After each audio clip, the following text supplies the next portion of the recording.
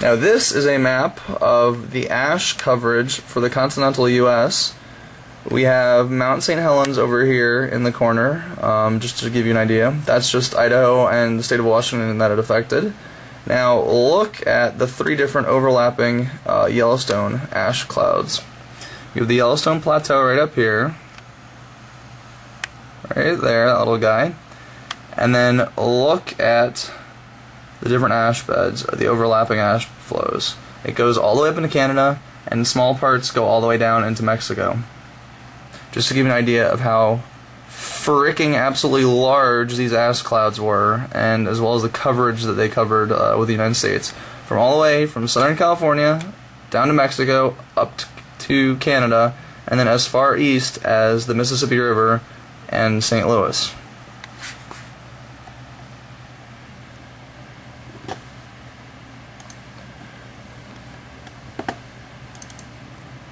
Now this is a Norris uplift INSAR image.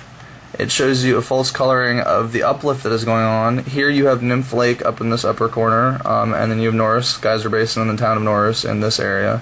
But these concentric circles that look like pretty rainbows are actually indicative of the uplift going on in one of the uplift regions in the park. So that is what an INSAR satellite image looks like. The USGS has been using the INSAR for the past 6 or 7 years to map the different uplift going on in the park. Now if we look over here, this is a seismology research group. This is for the past year, I believe, from up until January 2010 to May of 2010, actually, the red and the blue, and then the green is from 1995 to 2009. But that's from the Seismology Research Group at the University of Utah. And if you look here, we have the most recent volcanic or earthquake activity going on over here, which is kind of interesting. That would be called an earthquake swarm. You see a lot of those at Yellowstone. You have the uplift domes, again right there, there's Sour Creek, and then you have the overall current caldera outlined right here, that's Yellowstone Lake. So this is just really interesting to see the different clusters of earthquakes that have been going on for the past 15 years. Green, 1995 to 2009. Also over here clustered in northern Yellowstone Lake up towards the Sour Creek Resurgent Dome. And that is all for right now. I'm actually just going to be speaking a little bit more about the Yellowstone Hotspot and the Resurgent Domes in general, as well as the past 2.5 million years of eruptive history with Yellowstone. The three most famous super eruptions in regards to the Yellowstone Hotspot, actually let's step back. The Yellowstone Hotspot in this case is actually also known as the Snake River Plains Hotspot. In this case, in Yellowstone's history for the past 2.5 million years, it's been responsible for several large-scale volcanism. It's been responsible for large-scale volcanism in the states of Oregon, Nevada, Wyoming, and Idaho. Just to give you an idea of the range that the North American continental plate has moved over this stationary hotspot in the Earth's crust. In the past 2.5 million years, this particular hotspot has been responsible for the following three calderas. The Island Park caldera, which forms the Huckleberry Ridge tuff that occurred 2.1 million years ago, and it was a VEI rating of 8. And just to give you an idea of the size of what it covered, it stretched all the way from Southern California all the way to St. Louis and the Mississippi River. 1.3 million years ago, Yellowstone erupted with a VEI index of 7 and caused and produced the Henry's Fork caldera. This is responsible for the Mesa Falls tuff that we can see. The Mesa Falls tuff, as well as the Henry Forks caldera, is actually the only tuff and caldera, actually not the tuff, but just the caldera, that is actually visible in the park. The Huckleberry Ridge tuff is the only tuff that is currently accessible to obviously government agents with the USGS and whatnot.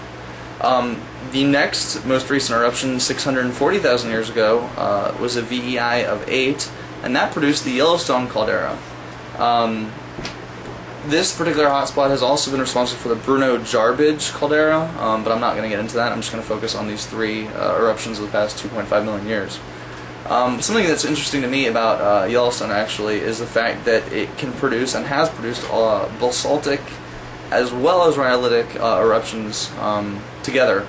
So, since the Yellowstone caldera formation 640,000 years ago, approximately 80 other minor volcanic eruptions have occurred. These were mostly all rhyolitic eruptions, about 80 of them, so that's pretty interesting. And another interesting thing is that the hotspot itself, while it seems like it is moving from Washington, Oregon, through to Idaho and Wyoming, it's actually not. What's moving is the North American tectonic plate, essentially, continental plate. That's moving for the past 8 million years. It's been moving about 3.3 centimeters a year. So the hotspot essentially is stationary in the upper mantle, the upper crust of the Earth. The current magma chamber under Yellowstone, so far based on satellite as well as other type of research tools, they've nailed it down. The dimensions are about 40 by 80 kilometers, with the top of it about 8 to 5 kilometers below the surface, and the deeper part of it about 16 to 20 kilometers below the surface.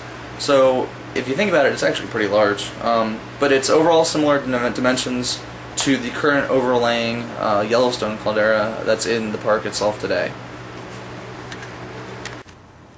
Okay, this is going to be the stage 1 of the supercaldera eruption as it begins to erupt around the weak surface structure as the surface structure begins to give way, and the magma and the heat and the pressure just basically overwhelms the surface.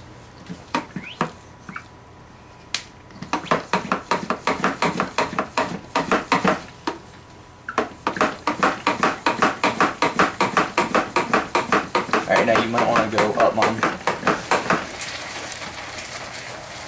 Can you get that? Mm-hmm.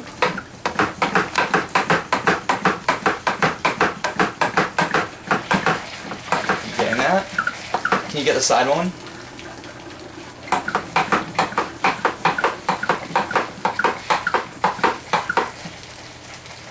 Okay, you think that's good? Now, as you can see, the most likely parts of the eruption that are going to occur are going to take place around the flanks of the complex or composite volcano, because some of those are usually the weakest spot. Now, this is kind of the stereotypical caldera eruption, supercaldera eruption. Stereotypically, of course, it was seen in the movie 2012 with the 5-minute clip of all that action occurring at Yellowstone. Apart as the fissures around the rim and on the inside erupt. So here we go. Are you ready?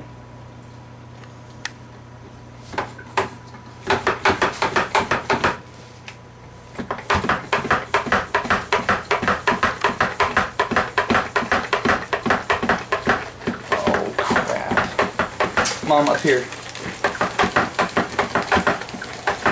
And over there.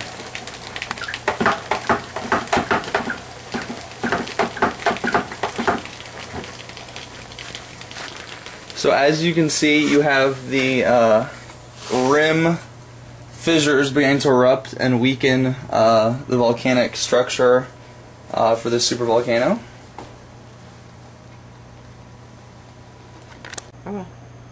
Alright, in this third stage, as you can see right here, we have the continuation of the eruption.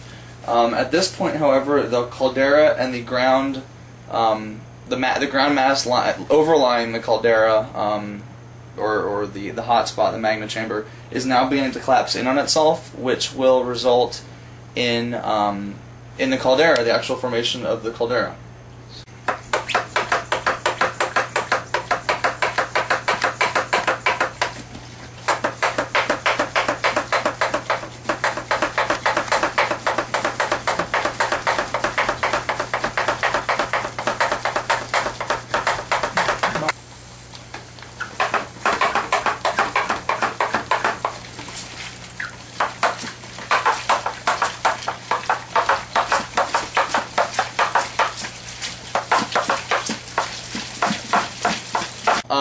The first three stages I showed you were all basically the three stages of the eruption, the simplified eruption for the forming of a caldera.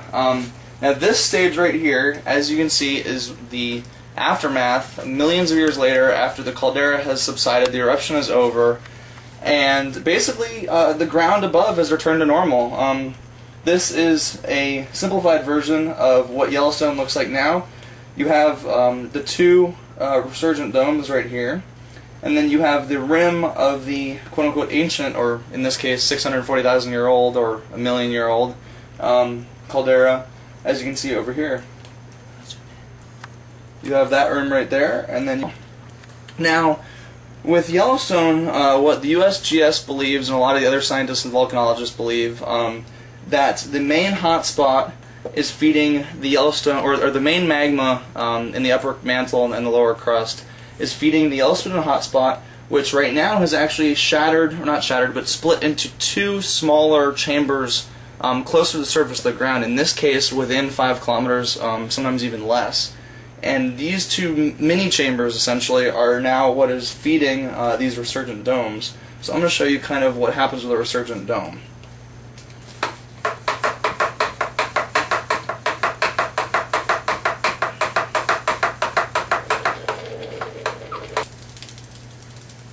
So as you can see, the magma goes up through the slower chambers, and then the force of that magma in these upper chambers, these mini chambers, is what causes the ground underneath, or over top, to buckle and to bow out, basically, and become these resurgent domes that you see in the Yellowstone caldera in modern times.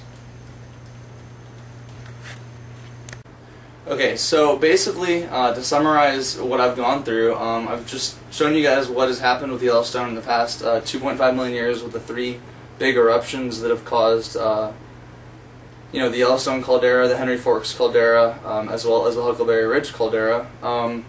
This is essentially my stage 4 over here, simplified and kind of put into cartoon version. As you see, the Yellowstone hotspot in the upper mantle, feeding the resurgent dome, basically mini chambers, essentially, and causing these uplifting domes in the Yellowstone caldera as the plate tectonics motion stretches that caldera apart. So that's pretty much it. And I will be posting bibliography resources at the end of this video.